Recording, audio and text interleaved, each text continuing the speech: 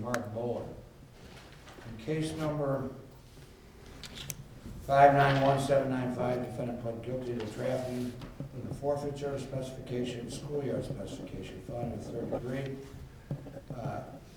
It's charged in count 1, count 3 as amended, trafficking with the forfeiture specification, likewise felony with third degree. Case number 589749, pled guilty to having a weapon while under disability, felony with third degree. Case number 585450, pled guilty to count 1 involuntary manslaughter, felony with first degree, and count 2 corrupting another with drugs, felony with second degree. On behalf of the state of Ohio. Your Honor, we have the victims here to speak on the involuntary manslaughter case. Very good.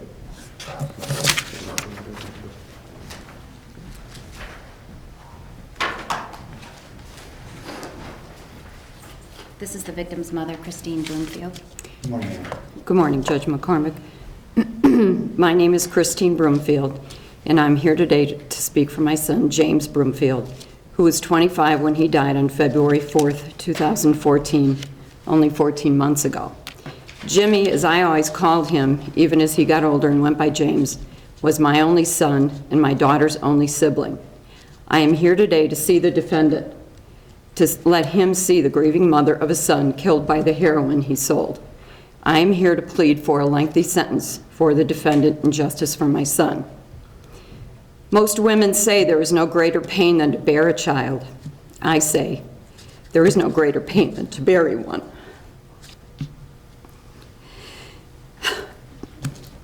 There are really no words to describe what a sad, heartbroken, grief-filled year our family has had. The grief continues. Jimmy is the first thing on my mind in the morning and the last person whom I pray for before I go to sleep. Family and friends, counseling, and support groups help.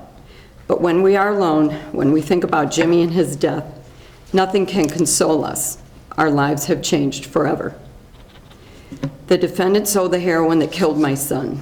He has pled guilty to involuntary manslaughter and corrupting another with drugs. My son is gone.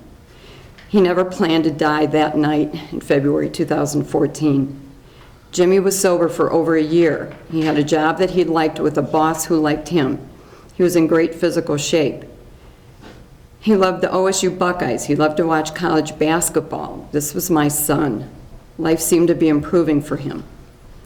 But now Jimmy is gone and the defendant is here, knowing that after he serves his sentence, he will resume his life, be able to work and have a family. My son will not. Jimmy was not just my only son. He was a brother, a nephew, a grandson, a cousin, and a good friend to so many people. The defendant's heroin took my son's life. Jimmy missed saying a last goodbye to his grandfather, my father, before he died this summer. We missed Jimmy on his birthday, at Christmas, at Thanksgiving. We entered the new year without him. My heart stops each time I realize that he is gone, and I never got to say goodbye. On February 9th, we held a memorial service for Jimmy. It was crowded with over 300 people. The Lantern, where Jimmy had gone for rehab, received donations totaling several $1,000s in his memory. People loved him and they loved his smile. One of his friends posted this about Jimmy on February 4th, 2014, upon learning of his death. Let it not be lost in all of this the person that James was.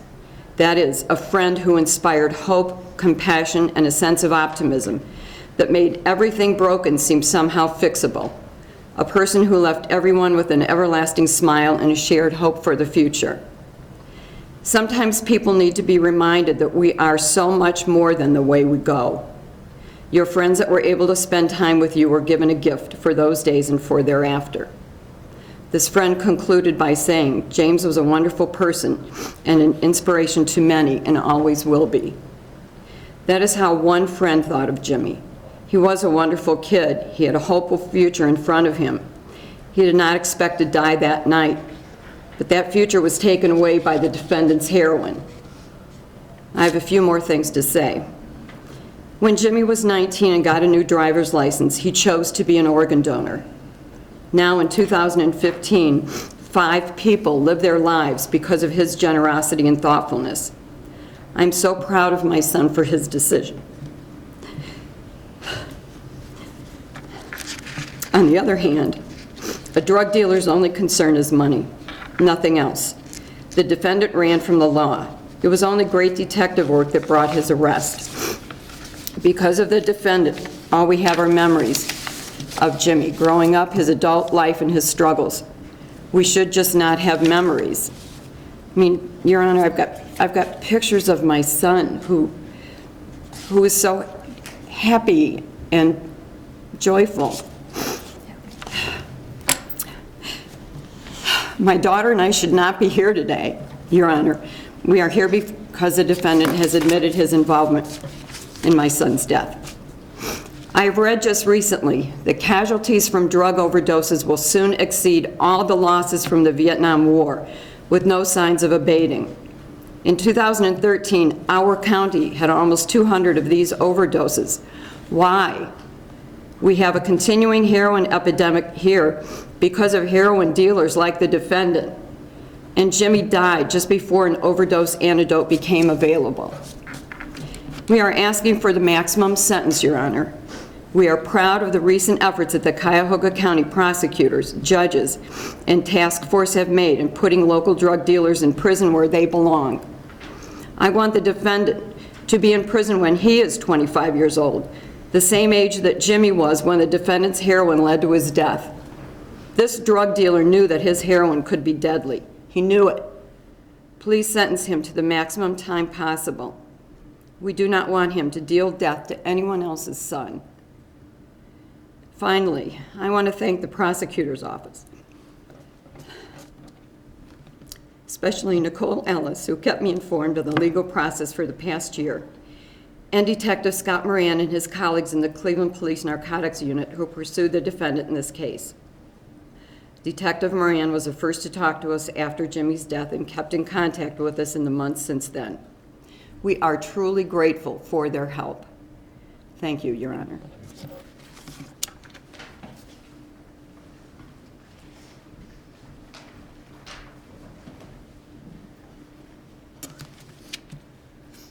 Your Honor, this is Callie Broomfield, his sister. The death of any loved one is hard, but watching your little brother slowly die on life support is something that will haunt me for the rest of my life. Jimmy had beat addiction for nearly a year and a half. He had worked hard to turn his life around. He was moving up the ranks at work, living on his own, and he had become a strong presence in the AA community. My brother was a friend to all that he met, a pillar of support to others battling addiction. But most importantly, he had become my little brother again, my parents' only son. For the first time in a long time, I saw hope in his eyes and a sense of happiness with a restored faith in life and in his future. I'll always remember the last Christmas we had together, uncontrollably laughing like we used to in church on Christmas Eve, working out together, he was in the best shape of his life, and opening presents together on Christmas morning with my family. I finally felt like we had restored the close relationship we had had growing up. And like him, I saw my own future with him by my side, as a groomsman at my wedding, as an uncle to the kids I hope to have someday. But Jimmy, in a personal moment of weakness, made a bad decision. He made the fatal mistake of associating himself with the 2 people directly involved in his death, one being the defendant before you. Jimmy died as a direct result of the defendant's actions, his sale of heroin. And he knows it. He fled prosecution. And now, after being arrested, he pleads to involuntary manslaughter, acknowledging his role. It's very clear from the defendant's record that he does not care about the lives of others. Given the number of criminal charges he faces, clearly he considers no one else's well-being but his own. He continued to traffic drugs even after Jimmy had died, even after he knew Leah Blake had been indicted on involuntary manslaughter. No person who is concerned for others would do such a thing. It's cold, callous, and heartless. He preys on the addiction of others to line his pocket. It's because of people like him that heroin addiction has become an epidemic in this community, claiming more and more of our loved ones, like my brother. Jimmy paid the ultimate price for his mistakes. He paid with his life. How will the defendant pay? This is the moment where I put my faith in the legal system, where I trust this court to defend the victims, to honor my brother and my family's loss. Your Honor, you have the ability to empower this community, to make a statement, and to send a clear message to those responsible for the pain and suffering that goes hand in hand with the sale of heroin. I ask the court to please hold the defendant, Devontae Poteet, fully accountable for his actions, to impose the maximum amount of time possible for robbing a sister of her brother and parents of their son. The defendant has a future. Jimmy does not. He can grow older enjoying the love and presence of his family. Jimmy will not. The defendant needs to realize that Jimmy's death is directly tied to his hands. Devontae Poteet deserves the maximum jail time, and our community deserves to be free of dealers like him. Thank you. Thanks, Judge. Ms. Edmer.